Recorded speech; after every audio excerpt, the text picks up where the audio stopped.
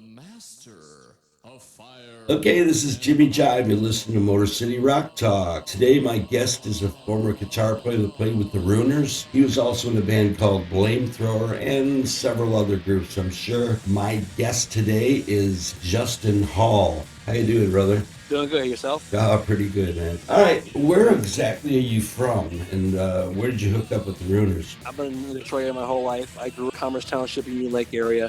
Back in the 70s and 80s when it was a small town. With the when the Ruiners came about, it was about 2005. I was looking for something to get into.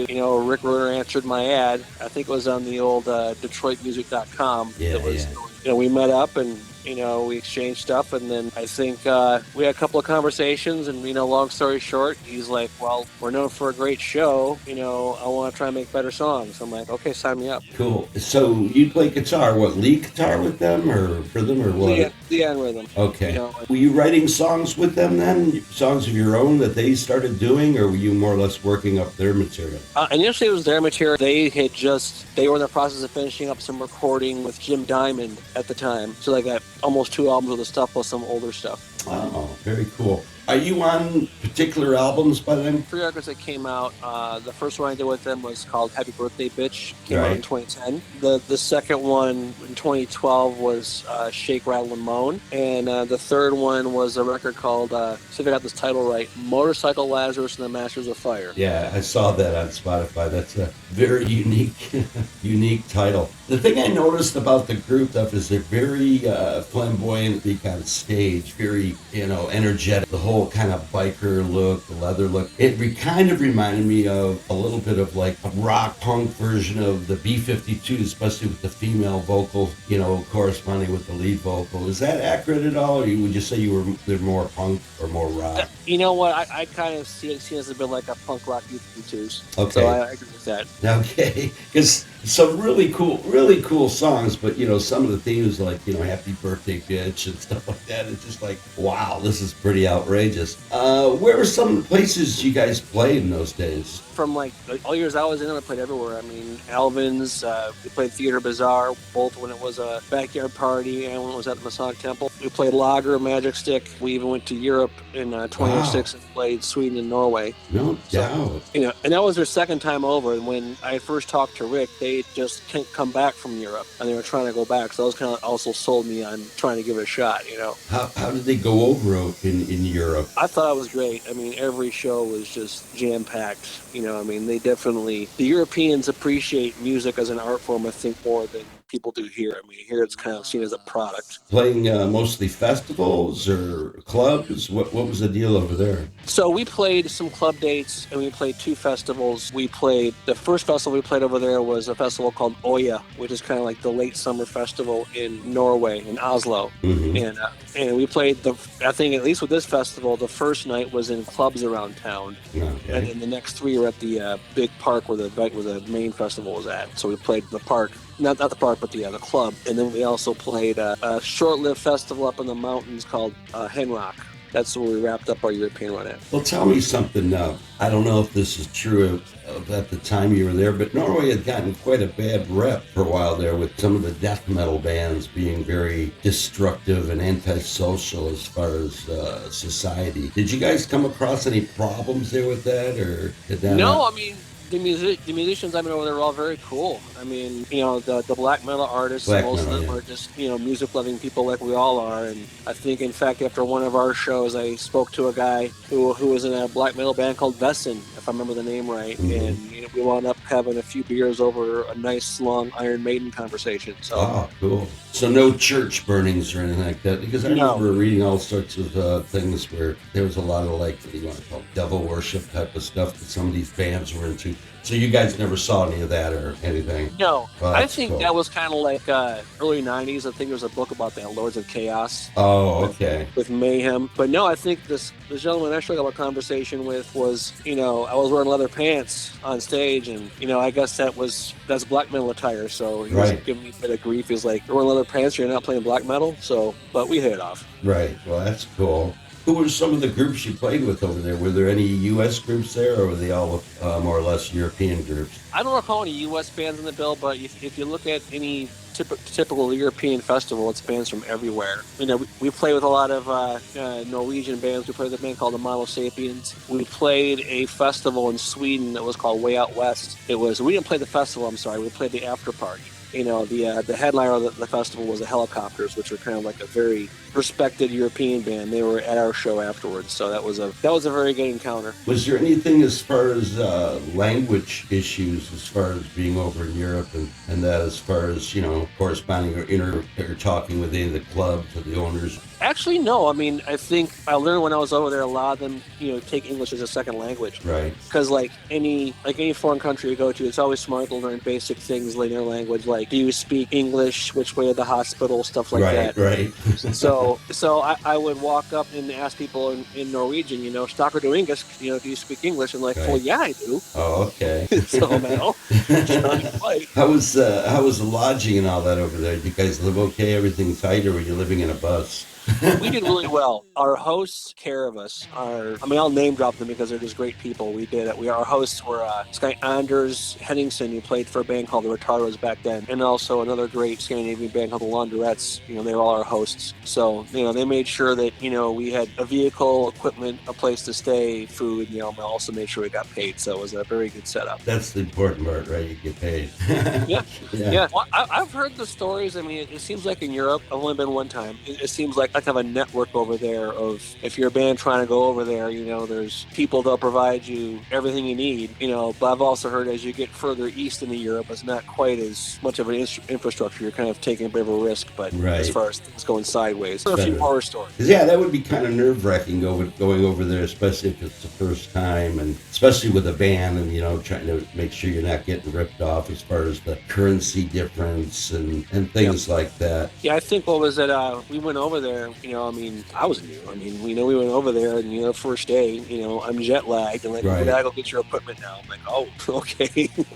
Half awake trying to get equipment in the middle of Norway, but How was that as far as customs? Did you guys come up with any? You got long hair, I imagine. You're in a hard rock punk band and stuff. Were there any issues with that as far as them delaying you, searching for drugs or anything like that? I never had a problem. I've heard of other people who have, and I don't recall the rest of it having an issue because they flew over. They were smart and took the red eye. I flew out the next afternoon, so I didn't hear of any issues. But when we were coming, while we were gone, that was when the issue in London with terrorists trying to smuggle over liquid explosives. Oh yeah. So on my way home, I had to connect to Amsterdam to fly home, and it was there was a long line of people waiting to get on the plane, and it was mothers having to dump out juice boxes for their kids and stuff. Yeah. It's like it would have been a long 8-hour flight for them, but I didn't have anything, so I was lucky. They didn't give you any issues over the equipment as far as tear an amp apart or anything, or check through your guitar cases, stuff like that? I just brought a guitar and I think a couple of pedals, so they may have gone into my suitcase when they saw a couple of pedals and some wires. You weren't shipping out amplifiers and all that. You guys were hooking up with that there? Yeah. Oh, and I think, okay. And I think most bands, from what I gather, I think a lot of bands tour there regularly. The ones that aren't, Metallica, Kiss, the huge bands, they already have equipment over there. Oh, okay. That would make sense. And, well, here's the big $60,000 question then. Okay. What happened? How did you end up leaving the Runers? Was there musical differences? You just wanted to move on? What happened there? If you can talk about it. No real differences. I was just, by the time I left the band, I was like, 25 years into nothing but a music career. Okay. So, it was sort of, ready to sort of shift gears, so, and on top of that, we had gone on a really good run, like, 6, 7, 8 years, most, I was still running out of gas, and I was just ready to, move into something else. Most local bands I've seen, they go on a good runs for 2 or 3 years. So, and, in fact, the Runners are kind of enjoying a bit of a rebirth now, which, great for them. Right. But after 6 or 7 years, you used to kind of, in some ways, you're kind of like, it's 4 a.m. The only people at the party are still some diehards. So you kind of want to move on musically, I imagine, try some new territory, I assume. yeah, well, that and the lamp I was a part of was starting to sort of drift apart, So it was just, when you're in a band, it's your life is tied into it. So. Oh yeah. And so, what did you get into after that, or did you just take time to contemplate what you wanted to do, or did you get involved in something pretty quick after that? I did a lot of recordings with people. I mean, when I left the Ruiners, I was getting inboxes from people saying, "Hey, we should play together sometime," which the 25-year-old me would have loved that. Right. So I took advantage of it, and I wound up doing some work with a friend of mine named William Harrison, who was he had a band early 90s called Sinai that I was kind of an early part of. It was my first real band in the city. It sounded like it was very punk back then, but when we stopped working together, they're getting very experimental. He's been over there for years. I reconnected, and he was producing rappers in Thailand. Wow, no doubt. So, and we got to talking. So I'm set up at home, recording via email, which is a great thing nowadays, Makes it easy to correspond, yeah. Yeah, well, that you can work on your schedule. You don't have to wait for 4 or 5 other people to be there. He's like, "Hey, you want to do a guitar track?" I'm like, "Okay, sure." And he liked it. Literally 2 years and over 100 songs later. So it was a good thing because, he would send me entire albums of stuff, and I could, pretty much figure out what I wanted to do sound-wise, guitar-wise, and knock it out in the afternoon. But what came of that? I mean, we talk about just for fun, or was he releasing this stuff? I mean, were they working it to get signed in some way? I mean, what was the purpose of it? He was looking to release some of the stuff. He's had a bit of a revolving door with the rap artist he was using, because when we started into it, there was one rap artist over there called D-Mans that we worked with that was doing a lot of the vocals, and then he started getting with other ones. And recently, I think this past summer, there was a song with a different artist. I forget the name, but it was a song called "Pass It On." So that was that was one of the ones you sent me. That's pretty cool. That's pretty cool. Yeah, it's under the name Mun Gun. So I mean, it'd be nice to see that stuff come out, but I mean, you know how it is when a band records. I mean, you start, and if it comes out at the end of it all, then you've won the Super Bowl. Right. I mean, had there been any plans with this stuff to eventually correspond, and as far as getting together and playing a show somewhere, doing anything like that, or just a music journey as far as the internet? It's been an internet. We've talked about hooking up in some way. I mean, obviously, if I was to go there, I'd have to fly over to Thailand. But he had sent me videos of, the songs being performed with the music as the being provided for it. So it's very cool hearing your stuff being broadcast half the world away, Yeah, so, I mean, is he performing with somebody over there and using your guitar tracks as, like, recorded tracks to performances, or? Yes. Oh, yeah, that would be pretty cool. Like you say, save you money and jet fare and all that too in time. Yeah. Well, what's always also been cool is that the last 10 years of kind of being a studio hermit, I guess, to kind of play on what I want. When you get into a band, after a while, you're kind of boxed into certain sounds, attitudes, whatever. And then if you try something else, it's like, well, what are you trying that for? Right. Yeah, you're right. Because a lot of them are like, hey, this is what we do. This is what we're known for. Don't go outside the box. And, I can see how after a while that could be a little boring or tiresome because you've done it, been there, seen that. The band Flamethrower, how did that come about? Because, I mean, that is some killer stuff, and that's totally different from the Ruiners and totally different from that other artist you were just mentioning. Yeah, I think so. Flamethrower started like 2000. I got with the singer Don Moss, who's actually from here, the guitar player Nick DeBono. He's not from here, but he still lives in the area. They had a band out in Denver called the Snatchers that, had done a bunch of touring and stuff, and they relocated here. I think the reasons for relocation were,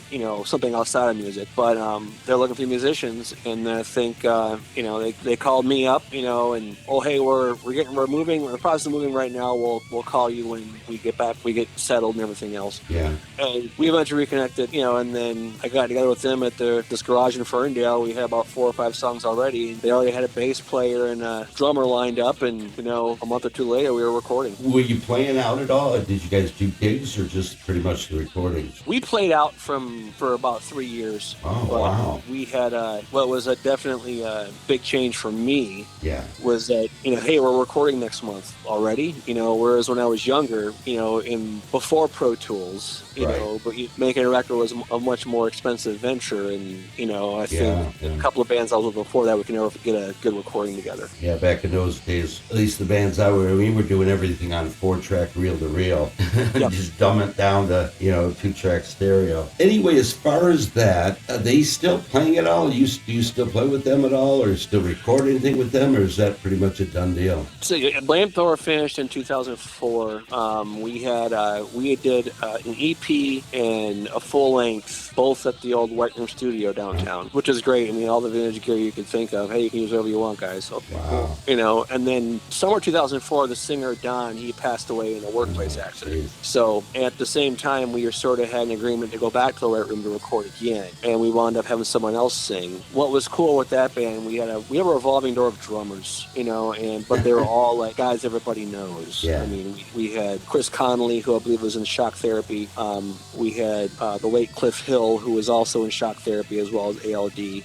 We had Craig Cashew from the Trash Brats. Really? Yeah, in fact, he plays drums on one record and sings vocals on another because he was the fill-in vocalist. As far as the Runers and as far as Flamethrower and as far as anyone else that you had played with, were there some clubs that you favored over others, ones that you kind of like the room sound or the atmosphere? Lager House was fun. Ruiners, we played some shows at Stonehouse when that was going right by the old State Fairgrounds. Right. And that was like, I guess it was like a neutral hangout for bike clubs. But, when we were there, it was like you're backed into a corner and people are right in your face. That's always fun. Yeah. And even in a previous interview, the guy mentioned Studio Lounge, and that's going way back. I mean, I remember I really enjoyed playing shows for Sam. Yeah, we did a lot of gigs at Studio Lounge, the Token Lounge. I go back to the days of Tracks and places like that, but the Studio Lounge. Did you have any issues, by the way, at any of these clubs? Because you mentioned Smalls. We played Smalls, Paycheck, Dan Tramp Club. As far as monitors, because I always like to ask musicians about that play these clubs. Have you ever had any problems with,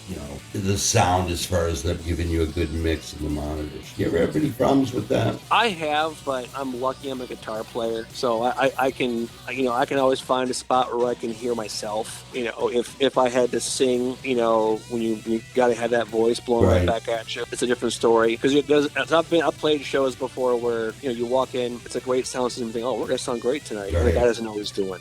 Well, it didn't always seem like that. To me, it seemed like more of a, you ain't shit, you ain't nobody, yeah. So unless you give me a little of this, I'm not going to bother making you sound good. Did you ever come up against that? Every once in a while, you get a sound man that's got a bit of an attitude. Yeah.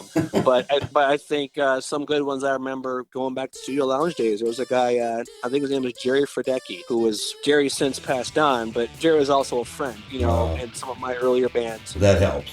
Father Hate, Joker's Rule, those, early 90s, just opening up for other bands. He always gave us a pretty good mix. And then fast forward to whenever I played Smalls, that live room is small in there and you got a big system. And it's so easy to bury the vocals, but they always had guys in there like Cool Chris, rest in peace, and Bill Cozy, who would always get a really good mix.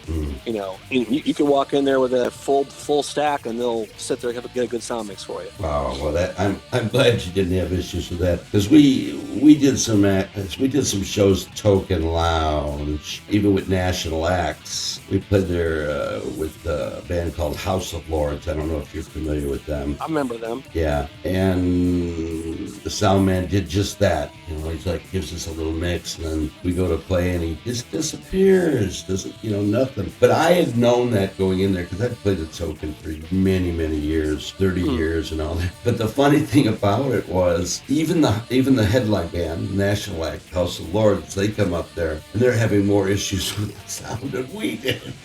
And it's just that was always the thing that drove me nuts the worst. It's like, because we never made a lot of money to where we could, pay these guys out in cocaine and pot and whatnot. For that matter, have much cash. So I'm glad to hear whenever anybody can tell me that's played in the last 30 years or so that they didn't come across that problem, because every once in a while, but like I said, I wouldn't notice it as much. I mean, I'm right. I could always, if we couldn't hear like the old Louis 21, that stage was long and rectangular, so the drums are kind of back in a corner. If we couldn't, drums can't hear, so the best, so when it's like that, I mean, that's when I would just lock in with whoever was the drummer, and we would just count out the songs. Yeah, and as long as you were tight, you could pull that off. It was always a more an issue for the singers, because I did a lot of lead vocals, and it was and keyboards and bass, and you're trying to listen to that and the vocals, and you're like getting lost in it. And I know over time, when most people just lock in and say they get used to it. Did you ever play Blondies? Was that one of the clubs that you guys ever got to, or was that before your time? You know what? Earlier band I had, we played Blondies about 6 months before it closed. Okay. So you got to play Blondies, got to play the IROC, got to play, Harpo's when they had their rebirth sort of in the early 90s. Yeah, IROC was another place that was pretty cool, except for the time that we played there, and Michael Schenker was supposed to be the headliner and never showed up. And everybody left the bar. I think Flamethrower, we played with Mitch Ryder there. Really? At IROC? Yeah, I've always loved the IROC because Ted and Steve are such great guys. Yeah, that was a great, really cool bar. It's not in the greatest location, but it's I think we opened up for Mitch Ryder, and there was this and the other guys were going out to the van, do their thing, and I was kicking back in the dressing room, and we're sharing it with this middle band, or the other band we were playing with, and Mitch Ryder walks in, with guys in the bar, Mitch is looking me up and down, and like I introduced myself, hi, I'm Justin, I'm with Nick's band, because Nick had worked for Mitch, and just want to say hello, and Mitch is like, okay, I came here just so I can see you guys. I'm like, oh wow, okay. So we sit down, and Mitch is talking, he's telling me stories about the Detroit Wheels and stuff. Just one of the guys from the other band, I'm not going to mention names because he's a super nice guy, but he walks in with a copy of Never Kick a Sleeping Dog, and he starts telling me she's great and everything else, and I'm just like, dude, you're going to get us both kicked out of here. Stop. And so Mitch signs the record and walks away, and Mitch's like, you know that guy? I was like, no. And then the guys from the bar walk back in. I was like, Mitch, can we get you anything? And he's like, yeah, security. Really? Yeah. So. Oh, wow. But there's always stuff that you can't make up. I mean, right. Too. I mean, like with Ruiners, because we had a singer who lit himself on fire. If I walked into a club, it was either one of two things. It was either concerned looks from the bar staff going, he's not doing fire, is he? Or I'd walk in, they're like, well, our fire extinguishers are charged up now. You guys are good. Yeah. I mean, really, I wouldn't know until I saw him. If he walked in head to toe in leather, we were going to do fire. Right. What do you mean by fire? What, he took pyrotechnics, or he's going to set himself on fire? What do you mean by fire? He would set himself on fire. Really? Yeah. But then after a while, I think not long before I was in the band, they had that fire at the Great White concert in Rhode Island, and I believe the Ruiners were on the front page of the entertainment section of the paper a week or two later with Rick being on fire under the headline, "Can this happen here?" So, and I know he wasn't too thrilled about that, So, but after a while, there were shows we did fire and some we didn't, because of, but then, of course, we play motorcycle clubhouses and they just love the crazy shit. So, of course, crazier the better. Right. We would definitely do it there. Right. And I think with the Ruiners, there's a lot of great stories, but Rick has the best ones.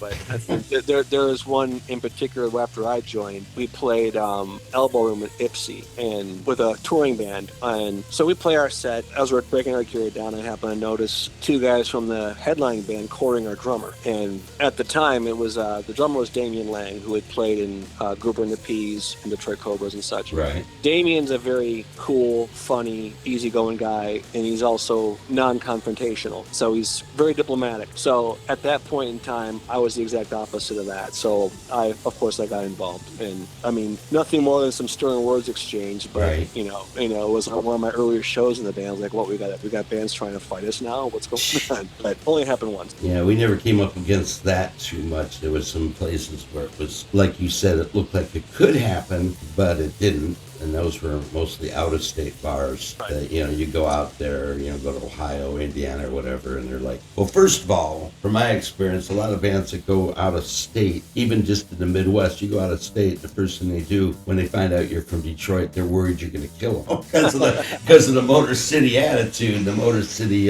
blood, so to speak. But anyway, so what are your plans for the future as far as music? What do you got planned, or what are you going to do next? Right now I'm inactive. I mean, obviously my ears are open for anything good that comes along. But it's I'm kind of taking a break from the recording thing. Right. But I still play. I mean, I'm kind of. I just turned 50, so I'm kind of. I wouldn't mind, trying to become one of those players like what Robert Gillespie was, or Gerald Shohan, guys that are real smooth, like their hands don't even move it. Yeah, well, you're just a youngster, man. You're only 50, man. I'd give my left foot to be 50 again. My God. But it's rough, man, and it's really rough now because the scene has changed so much. Are there any cool clubs left, even for that matter? I don't know. Well, it's like when, so when I started out, my earlier bands, we had those great bands like Concrete Rattle, and Bent Lucy, and Halloween, bands that kind of put us on shows with them. Helps all wonderful, great guys. Mm-hmm. We fast forward 10 years to Flamethrower. It was right in the middle of garage rock. And we were kind of like the outsiders. So I think Flamethrower had a review of Flamethrower was. Sounds like the Ramones trying to play Aerosmith songs. And we had our front man was a bit chaotic, and it was tough getting shows. I think, during the whole garage rock scene, you had great bands like the Paybacks and Iron Jack and the Go, but you had some of those copycat bands where they took the whole not being able to play thing literally. Mm-hmm. I mean, the White Stripes can't play. I'm like, well, no, Jack White's actually a really good guitar player, but you watch some of these guys and it was like, how are we not on this show?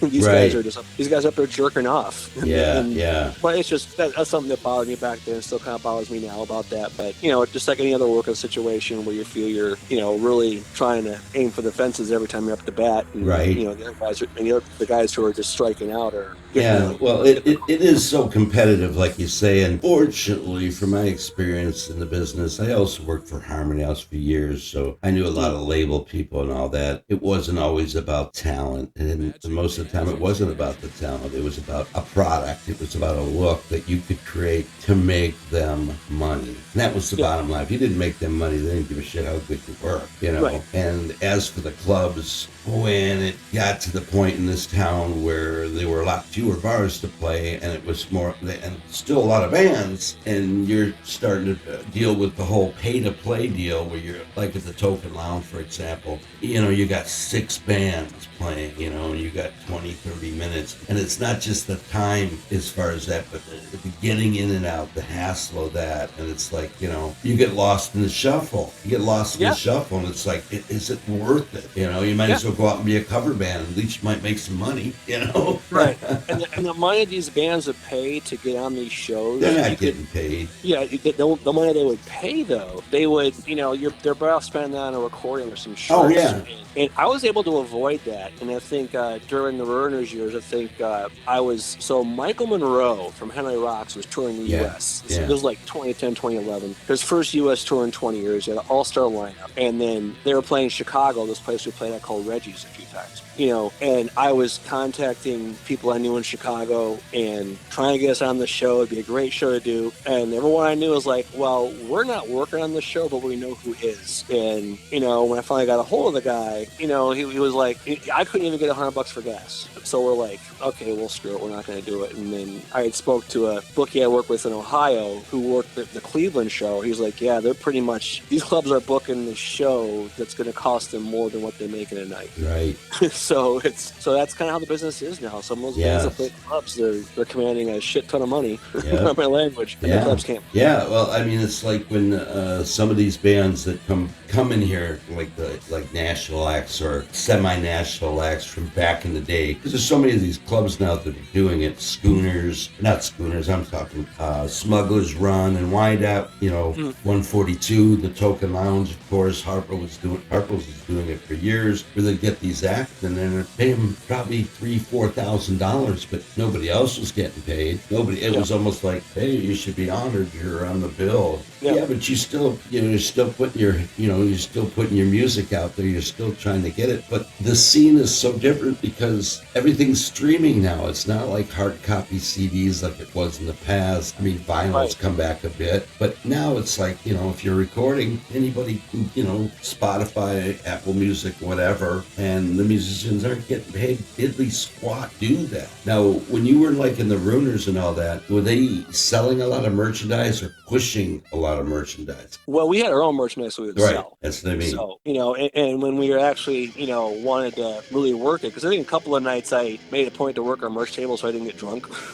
so, and we made really good money. It's just, you can make money off your merch. You just really got to work it. Yeah, that's the whole point. It seems these days more money can be made selling merchandise than it can getting paid by the bars. Because back in the day, it was like, you shared the cover charge at the door with 3 other bands. And, you had to trust the guy running the door wasn't going to let people in or chicks in and say, don't worry about it. You don't have to pay, And, at the end of the night, you're sharing $60. It's enough to pay half of your bar tab, because you weren't getting, I don't know if you guys ever had this or if it was even around at the time as far as like a rider, as far as bar tab or anything like that. But they used to offer that back in the day. And then they said, no, we ain't doing that anymore either. I never had the bar tab, but there was always a few shows over the years where someone in the band knew people at the bar. We just got a big old drink. So at that time, okay, we'll take that. Yeah, anything like that was always really cool. But it also changed too. When in the 90s,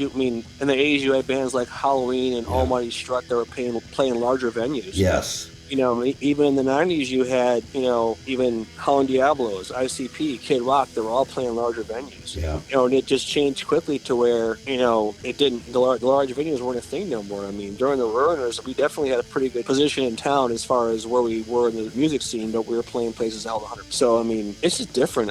But now I think, I like now some of the bands I found online and locally, since there's so much music that's documented that this happened, this happened, that happened, yada, yada. There's bands that will base themselves on certain eras of music. Like the band out of Atlanta called the Biters that was like 70s power pop, or that's that newer band around town, Animal. They're straight out of the 80s. Yeah. But they're really good though. Yeah. Well, everybody has their influences, and that's cool. If you can do something new with it, a little twist, or for that matter, just bring it to a new audience. Because, that's key to keep that whole thing alive. Because you had mentioned, doing guitar tracks for that guy that was doing the rap stuff. I would never even consider doing that because I'm not a fan of rap. I'm just not. Well, I like hip-hop, but I don't like rap. But I'm not really a fan of it either, but the music was fun to play on because some of it, some hip-hop musically was very simple. Oh, yeah, hip-hop is good.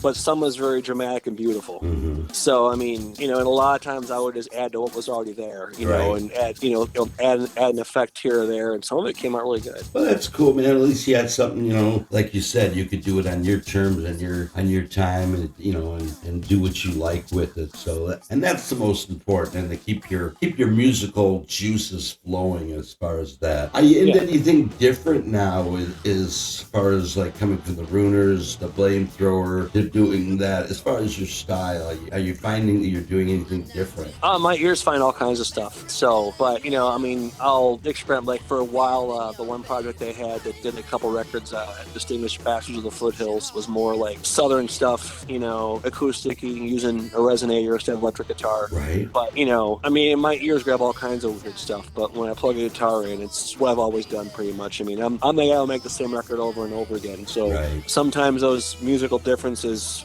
kind of help, especially when you got one guy saying, "No, we got to try this." Yeah.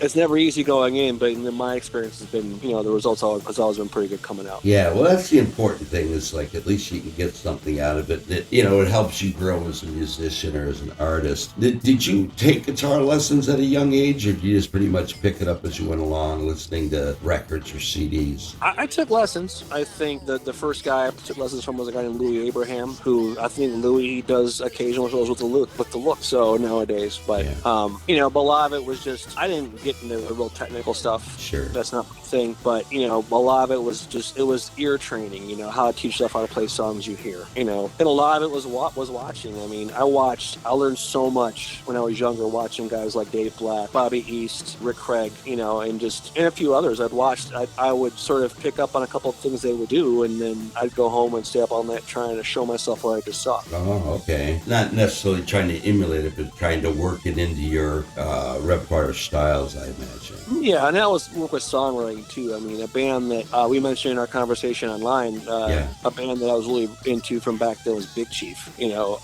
Watching them was like a tutorial of how two guitar bands supposed to operate. And it was their songs. I'll say it, man. I was jealous of some of the things they came up with. I still am. I would love to be able to say I wrote songs like Drive It Off or Lion's Mouth or No Free Love on the Street. I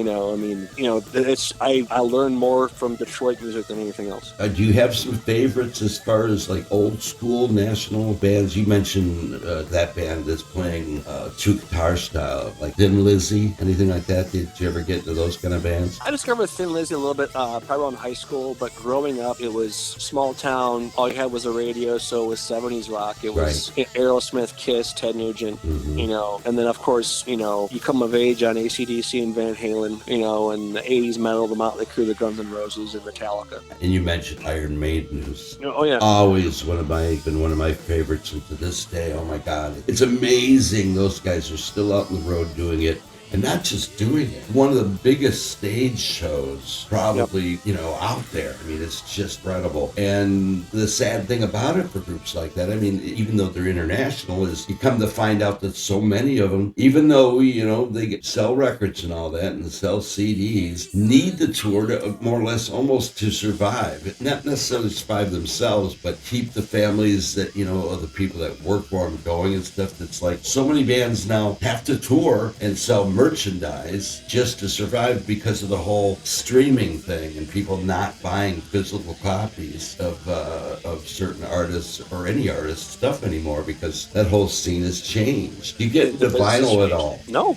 I mean, it's different now. I mean, but also these bands have been around forever. I mean, I saw Iron Maiden at LCA about a year ago. Right. First time ever. And I mean, I was impressed. I mean, you see why they're one of the biggest bands on the planet. I mean, it's incredible. But I mean, when do you give it up? When does Kiss stop playing? When does The Who stop? Oh. But, I'll go back to the older bands in Detroit that are big. I remember when I started out. So, I came to the city because where I grew up at, my peers was interested in, getting stoned and playing Black Sabbath songs. Right, which I wasn't interested in, but at the time it was Halloween, it was Seduce, the Trash Brats were new, and there was plenty of hate thrown at those bands. They're this, they're that.